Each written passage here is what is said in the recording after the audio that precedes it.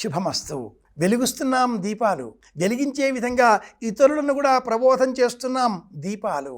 వెలిగించేవారు ఇలా అసంఖ్యాకంగా పెంచుకుంటూ మన మంచిని కోరేవారి సంఖ్యను పెంచుకుంటున్నాం. కారణం దీపాలు.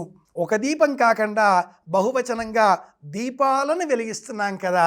ఎంత ఆనందకరమైన విషయం, ఎంత ఆమోదయోగ్యమైన విషయం. ప్రపంచానికి జ్ఞానాన్ని అందించాలి, జ్ఞానకాంతులు విస్తరించాలి, ప్రపంచమంతా కూడా జ్ఞానంతో వ్యవహరించాలి అనే సంకల్పంతో అందరి క్షేమం కోరుతూ మనం వెలిగించే దీపం వెలిగించే సమయంలో ఒక్క సంకల్పం ఉంటుంది.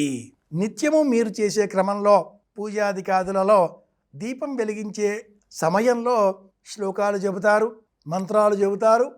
ఏం లేకపోయినా ఓం అని ప్రణవ శబ్దాన్ని చేస్తూ దీపాన్ని వెలిగిస్తారు. ఓం అని మాత్రమే అంటూ దీపాన్ని వెలిగించాలి. మహిళలు ఓం శబ్దాన్ని ఉచ్చరించకూడదు, శాస్త్రం అంగీకరించదు.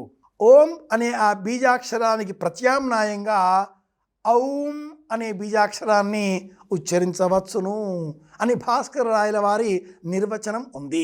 కనుక ఇష్టదేవతా నామాన్ని చెప్పి కానీ, స్త్రీ పురుషులు ఓం ఔం అనే అక్షరాలు వారి వారి యోగ్యతలను అనుసరించి కానీ ఉచ్చరిస్తూ దీపం వెలిగిస్తారు. దీపరాజాయ నమః, దీపలక్ష్మీ నమః రెండు సంబోధనలతో కూడుకుని ఉండే ఈ స్వరూపం దీపం. పురుషకారంగా అర్చన చేసే సమయంలో దీపరాజాయ నమః, స్త్రీ సంబంధితంగా చేసే పూజలలో దీపలక్ష్మీ నమః. అయితే సాయంత్రం వేళ వెలిగించే దీపం ఎప్పుడూ లక్ష్మీప్రదమే. దీపలక్ష్మి, సంధ్యాలక్ష్మి, సాయం దీపలక్ష్మి. సాయం దీపాన్ని వెలిగించారా? పూర్వకాలంలో సాయంత్రం కాగానే ప్రధాన ద్వారానికి ఇరువైపులా దీపపు గూళ్ళు ఉండేవి. దీపాలు రెండు వెలిగించేవారు బయట. సంధ్యాదీపం. ఆ దీపకాంతులలో అరుగుల మీద ఇంట్లో ఉండే పెద్దవారు, బామ్మ, తాతయ్య ఎవరో కూర్చొని పడక కుర్చీలో, వారు కుర్చీలో చిన్నారి బాలబాలికలందరినీ కూడా పిలిపించి చుట్టూరా కూర్చుండబెట్టుకుని దీపాలు వెలిగించారా, రండి కూర్చోండి అంటూ సత్కాలక్షేపం చేసేటటువంటి వారు. సంధ్యా సమయ కాలక్షేపం. పిల్లల చేత శ్లోకాలు, పద్యాలు వల్లె వేయించేవారు. తేరా పలక బలపము ఇయ్యరా అయ్యవారి చేతికి ఇంపు ఉనరంగా పోరా భోజనము వాళ్లకు రారా పద్యాలు చదవా రాజకుమారా. ఇలాంటి పద్యాలు చెప్పేటటువంటి వారు. పద్యాలలోనే దేవతా సంబంధిత భక్తి వారికి తెలియజేస్తూ, భక్తిని వారికి ప్రబోధం చేస్తూ, దండమొక్కటి నీకు దండితాసుర దర్ప, 2 దండంబులు పుండరీక, 3 దండంబులు మురహరి పురుషేంద్ర, 4 దండంబులు నళజనాభ. 1 2 3 4 అనే అంకెలను కూడా సీస పద్యాలలో చేర్చి పద్యాలతో పారమార్థిక జ్ఞానాన్ని అందించి భక్తిని పెంచేటటువంటి వారు ప్రాచీనులు. అలాగే దీపలక్ష్మిని నమస్కారం చేయండి అంటూ దీపానికే నమస్కారం చేయించేవారు. మధ్వ, వైష్ణవ, స్మార్త, రామానుజ, శివ, విష్ణు, గణపతి, సౌర ఇలా ఏ విధమైనటువంటి భక్తిభావ సంబంధిత మతభేదాలు లేకుండా అందరూ ఒక్కటే.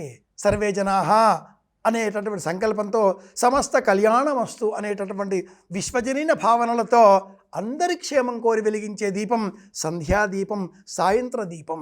సభక్తిపూర్వకంగా కోటి దీపోత్సవ కార్యక్రమంలో ఈ సంధ్యాదీపం ఆ సమయంలోనే వెలిగించిన అనంతరం దీప ఆరాధన అన్న పేరిట కార్యక్రమం చివరలో వెలిగిస్తారు. దీపం ప్రారంభంగా సంకల్పపూర్వకంగా వెలిగించిన తదుపరి ప్రముఖుల సందేశాలు, పీఠాధిపతుల ఆశీరభినందనలు, ఉత్సవాలు, కళ్యాణాలు, కుంకుమార్చనలు, పుష్పార్చనలు, 1,00,000 కోటి తమలపాకుల అర్చనలు, కోటాను కోట్ల కుంకుమారాధనలు అన్నీ అయిన అనంతరం 12వ ఉపచారంగా వెలిగించే దీపమే మీరు వెలిగించే దీపం. ఇదే దీప ఆరాధన. కోటి దీపోత్సవంలో ఉన్న అంతరార్థం ఇదే. తెలుసుకుందాం, పాటిద్దాం, మళ్ళీ కలుసుకుందాం. శుభమస్తు. శ్రీరామ జయం.